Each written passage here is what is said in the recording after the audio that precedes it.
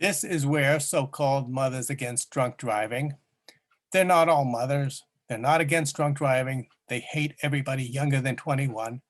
They are experimenting with the correct approach, reaching out to parents to do their jobs as parents, to urge their sons or daughters to understand that alcohol is a drug. You can get hooked on it. You can die if you drink too much of it. And of course, you could wind up killing innocent people on the road if you get behind the wheel.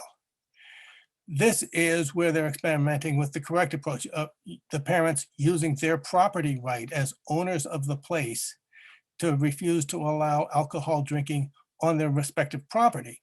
That's within bounds. Where they cross the line big time is when they push politicians that Mr. and Mrs. 20 voted against to deploy gun-toting goons in bulletproof vests to intimidate Mr. and Mrs. 20 from drinking a bottle of wine on their honeymoon, to intimidate everybody from providing alcoholic drinks to Mr. and Mrs. 20. That's where they're crossing the line. And there are chess moves that don't cross the line, and there are chess moves that the supporters of liberty can try, and I'll mention some of those later on. The chess moves, how to fight back against their unprovoked war against people younger than 21, when they're resorting to the coercive power of the government. That's where they're crossing the line.